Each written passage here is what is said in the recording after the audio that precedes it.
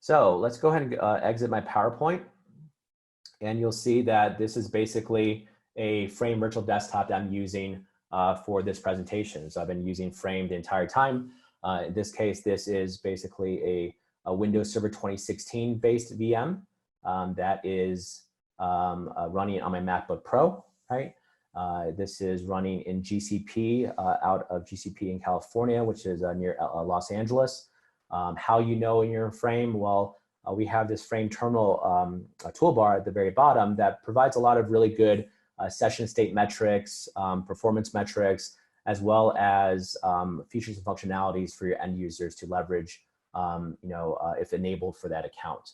So the first thing, really in the end user computing space, when you talk about virtual desktop, virtual applications, one of the typical complaints is that, hey, my session is slow, and a lot of the times the reason for that is because the connection, right, from the end user device into the virtual desktop is not great for whatever reason. Maybe they're when they're working from home, but then they move into like a coffee shop with a poor bandwidth or latency.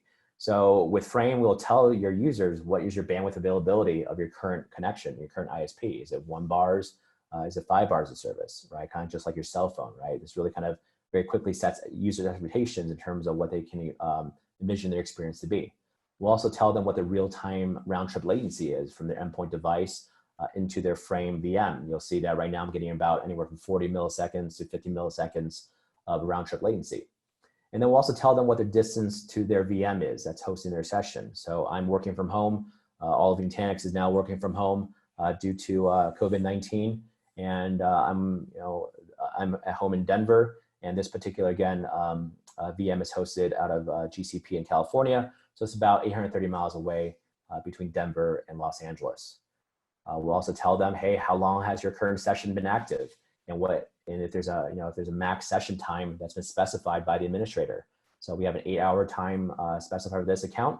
Again, this is configurable by the administrator. And I've been using this session now for about 1 hour and 20 minutes, okay?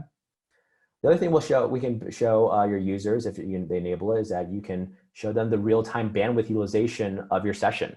And what you'll notice is that when nothing's happening within my virtual desktop, I'm not typing, or I'm not playing any kind of videos, or I'm not dragging things around, Frame basically uses 1 kilobit per second, right?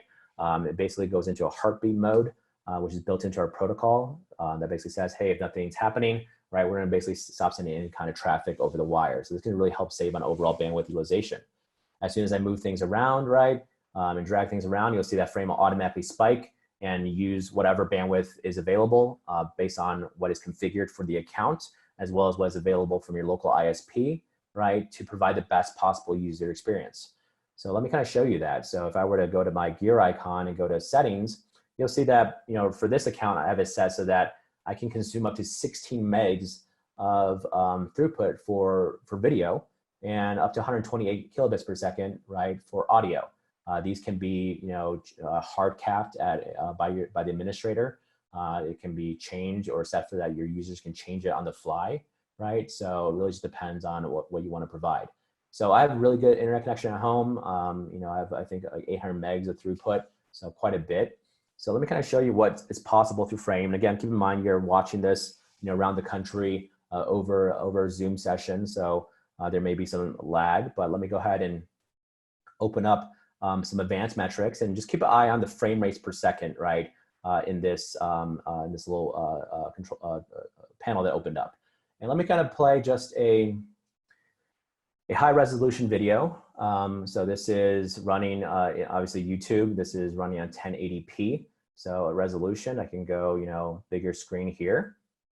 And you'll see that I'm getting, 40 to 50 frames per second, right? And you'll see that the bandwidth that I'm consuming is anywhere from about 4 to 8 megs of throughput. And Frame's protocol will automatically consume whatever bandwidth is available to it to provide the users the best possible user experience. So for me, this video is playing, in 1080p. There's no latency to it, right? It's as if it was playing on my local browser, and you can basically see that, right, based on the frame rates per second here. Okay, but not everybody has, that much throughput, and Frame will automatically adapt itself based on what is available. So if I were to go to my settings and I were to, let's say, cap, my video bandwidth, let's say under a meg, let's say 800K, right, and hit apply. Well, what happens is that Frame will automatically start throttling its bandwidth utilization such that the video bandwidth is less than 800K, okay? And you'll see that Frame has automatically adapted the performance and resolution of the video accordingly, okay? I can even tell Frame, and Frame in the bottom left is saying, hey, your bandwidth has been lowered by quite a bit, right? So be aware of that. But I can even tell Frame, you know what, I'm really starving for bandwidth. I want to just have a decent experience, right? But I'm gonna go ahead and go, grayscale. So Frame can even go black and white on the fly and consume even less bandwidth, right, for this video, and still provide the best possible experience to the end user. And then as soon as Frame detects that it's got better bandwidth, available to it, it will automatically start consuming that. So if I were to go ahead and change this back to where it was at 16, you'll see that slowly over time, Frame will realize that it has additional bandwidth. So it's going to start giving you better resolution, better performance, and consume more bandwidth accordingly, right, over time. So this is kind of what I mean by the ability of our protocol to automatically adapt itself in that kind of situation. All right. So I'll go ahead. And by the way, this particular desktop does not have any kind of GPU on it. This is all running on a CPU-based instance. Okay, so we mentioned a couple of other features in Frame that really makes it valuable for work from home. The first would really be around the ability to get access to local files, right? So if I were to click on my, my Windows Explorer within Frame, you'll see a few things. One is I have an uploads folder, right? That is empty, and I have a downloads folder that's also empty. So let's say I wanted to get, the ability, if I want to move my, this PDF, let's say from my local desktop into Frame, all I would do is go ahead and just drag and drop that anywhere over the Frame window, right? Let it go, and Frame will automatically upload that document directly into the uploads folder, right? So you should see that right there, okay? So you'll notice that I don't have any kind of local drives mapped to my local device. It's basically the local C drive is the C drive on my Frame desktop, but there's no, my MacBook, hard drive is not mapped into here, right? So this is kind of how easy it is to get files from your local device into Frame. Vice versa, if I go ahead and drag this file into the Downloads Now folder, what Frame will automatically do is prompt me to save this somewhere locally on my endpoint device. You'll see that, hey, you want to download this? I want to put it in my downloads folder. Sure, I'll hit save. See if Frame will just download that file, directly into my local desktop, right? I'll close that. So that's kind of drag and drop file access, like I mentioned. You can always just click on the uploads folder if you don't want to drag and drop. So that's also viable as well. Okay. Let's talk about printing. So if I were to click on my system preferences on my MacBook, you'll see that if I go to printers and scanners, all I have is this HP Envy 5000 series printer that I have at home. Okay. So this is the only printer I have at home. And if I were to buy another one on Amazon or Target or Best Buy, right, I can plug it in and and use it. How Frame handles it is simply if I were to, let's say, go to back to my PowerPoint, and go back to my webinar deck, and let's say I want to print this document, I can go to print, right? And let's say I want to print the the first slide or something like that. And you'll see that Frame will direct me to print what's called a Frame printer. Okay, and this printer is really the only printer that's available outside of the XPS document writer and OneNote. But again, when I print this document, what Frame is doing is it's automatically going to convert this document into a PDF. It's going to stream that document directly to my MacBook, and it will actually prompt my MacBook to present to me whatever printers I have locally on my MacBook. So let's do that. I'm going to hit print, and you'll see that Frame is going to be preparing to print. And you'll see it's done. So it took about a couple of seconds. This is now a PDF that's already residing on my MacBook. It's already been downloaded. And you'll see that my HP Envy is right there, right? So this makes it very easy for administrators who are worried about supporting just a wide variety of printers when users are working from home to not have to worry about at all. Is that as long as that document can be rendered into a PDF, Frame will automatically support that. All right. So that's kind of what it looks like, moving, within the Frame session itself. Like I mentioned, we have native integrations built in with some of these cloud storage providers. So I have Dropbox, Google Drive, and Box enabled, but they are, Two of them are connected and one of them is not connected. So if I were to go to my Windows Explorer, you'll see that my Google Drive is my G drive, right, for my Nutanix stuff, and then my Dropbox is my personal stuff, right? You can always integrate with things like OneDrive and Google File Stream, natively, installing them directly onto your Frame virtual desktop image. That's doable too. If I wanted to, let's say, integrate, Box for the first time, I simply click on Box, hit connect, and you'll see that Frame will prompt me to enter my Box credentials. The next time I log in, Frame will save these basically as a token on our backend. So every time you log in, users don't have to re-enter their credentials every time. Okay. So I'll go ahead and exit that. So this is kind of what it looks like again for the end users. If I were to go ahead and just show you the control plane, I'll go ahead and disconnect from my session. If I disconnect, it puts into a disconnected state. We do have session time limits set for idle and disconnect timeout. And max session timeout that you can set as an administrator. Actually, real quick before I show you that, we also support multiple displays, right? And we can do that even within a browser-based solution. So I can't show you two desktops within Zoom, but if I were to minimize this, I can go basically to manage displays, add a separate second display, right? Drag it over here, hit start streaming. And you'll see that what Frame will do is automatically map another, a desktop within the same VM, right? So Frame's able to know, hey, this one's over here, this one's to the right, right? And now if I were to, open up my PowerPoint again, right, you'll see that I can now drag this right from one to the other, right? So again, making it very easy to support a wide variety of configurations, even from a multi-monitor perspective. All right. Let me close that. Let me close my second monitor. Let me expand this a little bit more. And let me go ahead and disconnect from my session. And when I do disconnect, this will take me into what is called Launchpad. So Launchpad is the end user portal that is included with Frame out of the box. This is what your users will see when they log in to Frame using whatever IDP that you choose. And you can choose a custom background image. You can put your logo on this background very easily. If your users have access to multiple different accounts within Frame, so remember that hierarchy again: customer, organizations, accounts. There's actually a fourth one called Launchpads, right? That's really kind of how you provide access. But if your user has access to multiple accounts and multiple Launchpads, you'll see them all show up here. So obviously, I'm an internal Frame administrator in our internal environments. I have a ton of Launchpads. Most of your users will see something like, like this if you're doing just applications, or like some of you saw previously, right, where it's just a desktop icon, where you can do both, okay? If I were to go ahead and click on my name in the upper right, if I am a account admin at a minimum in the environment, I'll have a link here that says go to dashboard. This basically will take me into the control plane at the account level, right? And if I wanted to go back, I simply click on Launchpad. I'm back where I am, right? So if I were to, go back to my Launchpad, I'm sorry, my dashboard, this is basically the control plane at the account level. So that three-tier hierarchy, customer, which is Nutanix demo in this case, Z, which is my organization, and then Z pooled, right, is the name of the account. So every account in your overall environment will have its own dashboard associated with it. And this is where you as administrator would make changes to the environment, provision access to users, add additional capacity in terms of provisioning more VMs into the environment, and making any kind of policy changes, and view any kind of monitoring analytics, right, for your particular account. So Sandbox, which is the second tab here, this is really your gold image when you're talking about a non-persistent account.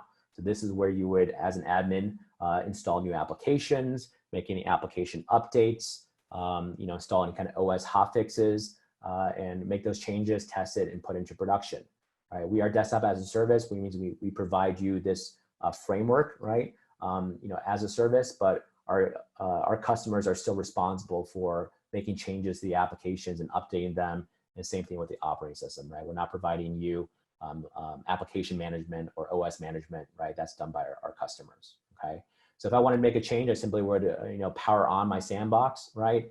And what Frame will automatically do is, because we are automatically updated, the first thing Frame's going to do is it will actually check to see if there's a newer version of Frame available, right? And it'll basically reach out to the frame control plane and say, hey, is there a new version? And I know for a fact there is. So as soon as frame boots up and starts the sandbox, frame will actually automatically put the sandbox into under maintenance, because it's automatically going to download the latest version of frame, right, install it before booting up the sandbox again. So that next time you publish into production, you'll have the latest version of frame every time, okay?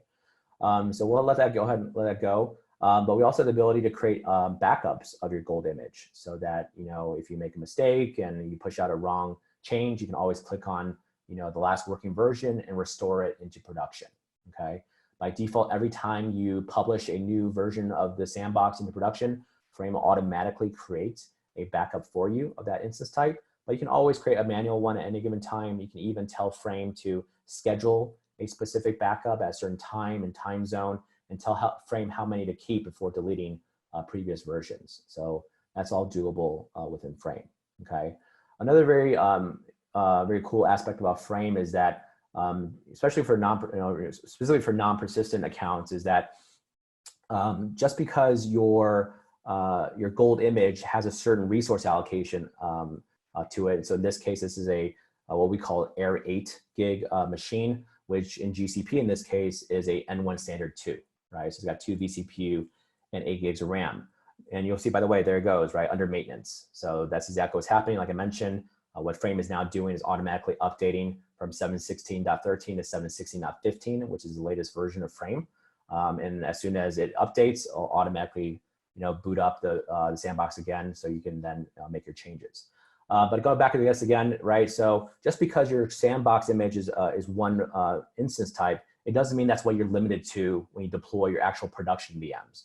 And what I mean by that, and see right there, by the way, 7.16.15 right there, is that if you go to Launchpad, what you'll see is that you can deploy your production VMs into any kind of instance types we support in that public cloud provider, right? In this case, GCP. Or if you're deploying on-prem, you can actually create whatever instance types you want. So you can create a 1 vCPU, 3 gig of RAM machine if you really wanted to.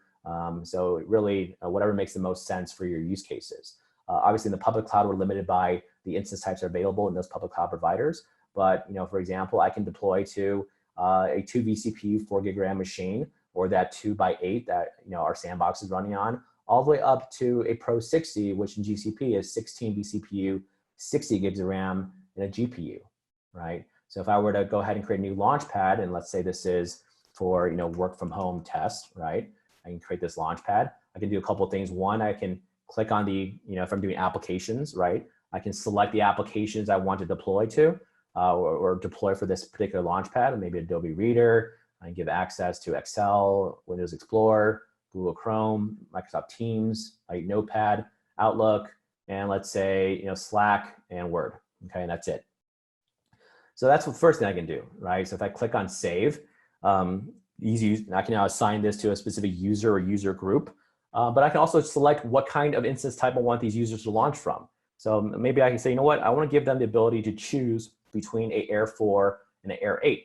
So if I hit Save and go to Launchpad, you'll see that this new work from home test is now available. In the bottom right-hand corner, right, the users can choose between whether I want to launch from an Air 4 gig machine or an Air 8 gig machine. Both are available, okay? So that's kind of how flexible and extensible Frame is, not just from an application subset perspective, but also from a resource allocation perspective, okay? All right, we're running short on time, but other things I want to show you real quick is settings. So like I mentioned, we really wanted to make Frame not just easy and a great experience for end users, but we really wanted to make it really easy for administrators to pick up and learn how to manage and make changes to Frame. So even if you're not a VDI expert, right, that doesn't matter, because first of all, we have really great documentation. And then as you will see in this presentation, right, in this demo, is that a lot of our most of our configuration changes are just single click. So if you want to enable things like Google Drive or Box or Dropbox, single click. If you want to say, I want the ability for users to print, single click enablement, right? I want them to be able to download, single click as well. So you can do it at the account level and hit save. You can make changes to network configurations, changes to time limits to users. These are all doable at the account level. You can also do it at the Launchpad level. So for this new work from home test, I can click on this Launchpad and go to session settings. I can even uncheck use account settings and then provide a different set of policies, right, configurations specific to this Launchpad, right? And then how I would assign this Launchpad to users? Well, it's under the users tab. I can select the authentication IDP that I want to use. I can, for example, I have our internal Okta configured here in this environment. So I can go to SAML2 permissions. I can say, you know what, when Okta group equals, let's say, work from home, test users, right? Well, when they log in, they are a Launchpad user of work from home test. I hit save and I'm done, right? So when the users log into this environment, they log in using, in this case, Okta, and they belong to an Okta group called work from home test user. They will be able to view this brand new Launchpad that I've created for them, okay? All right, so real quick, one last thing I'll show you before I go back into the slides and wrap up is that I mentioned the ability to launch frame sessions without using our Launchpad. So if you click on the new Launchpad work from home test, right, and you click on this icon again, you'll see that we have something called Chrome OS integration. If you click here, you can actually select your identity provider. So in this case, I'll again select Okta, which I've already configured. You can select the instance type you want the session to launch off of. So for this Launchpad, I have two options. So I'll select, let's say, an Air 4. And then you can just basically copy any link right within here. So if I want to do, let's say, a Notepad, I copy this to my clipboard. I can now save this link as a shortcut, put it on my internal, company portal, put it, anywhere I wanted to outside of Frame even.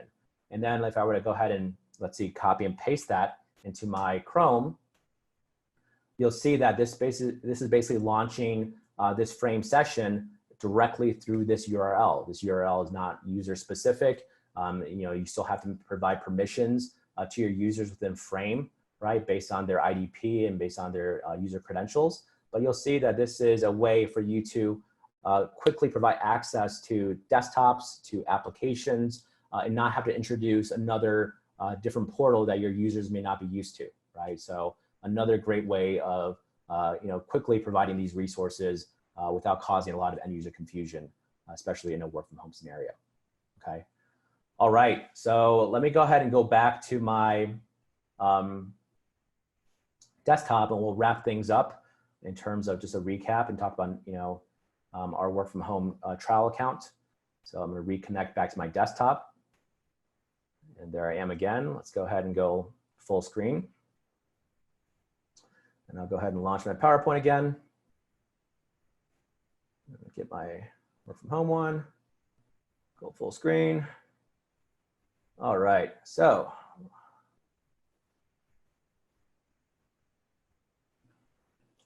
All right, so kind of summarize why Nutanix iFrame. So, we talked about these 5 key things when you're talking about work from home. First is end user device support. So Frame, we support any device with HTML5 browser. You don't have to worry about installing any kind of client or agents or plugins. If the browser can basically play a YouTube video and you can rescale and resize that video, it'll work with Frame, right? That's kind of a pretty easy test. And then, things like our ability to do print to PDF, right? Makes it really easy to support and local printer support for a wide variety of printers, which is typically a consideration with work from home. Secure access, right, to the environment, authentication to the environment, identity management. We talked about that streaming gateway appliance that you can put into your DMZ that provides reverse proxy support for Frame. Alternatively, if you have an existing VPN solution, you can certainly use VPN and allow your users to come in externally through that. And like I mentioned, we integrate with most SAML 2.0 based IDPs as well as Google authentication. So as long as you have that IDP provider, you can integrate that with Frame. And then we have really granular, role-based access control for your administrators. So you can make them an account admin or an org admin or a full customer admin or a limited customer admin. So a lot of built-in configurations from a permissions perspective, right? Providing access to corporate desktops and apps and data. So Frame, we support the ability to do both a full virtual desktop, which is what I'm in right now. I showed you the ability to launch, virtual applications. We have built-in integrations with things like OneDrive and Google Drive, right? That makes it easy to connect it with a single click of a button and be able to allow your users to access those repositories. And then if they need to access any kind of files, locally, drag and drop makes it really easy to do so. both into Frame and out of. And again, you can disable or enable those features as administrator. Next would be around infrastructure. So, at the end of the day, right, you still need to have some kind of infrastructure, whether it's public cloud or private cloud, to support these VMs that will be hosting these sessions. So we really want to give you as much flexibility as possible. So again, you can deploy into the 3 major public cloud providers or on-prem on AHV. And then a single Frame subscription allows you to move your virtual desktops access, right, between the two. So if you want to start off within, let's say, Azure for the next few months because of coronavirus, right?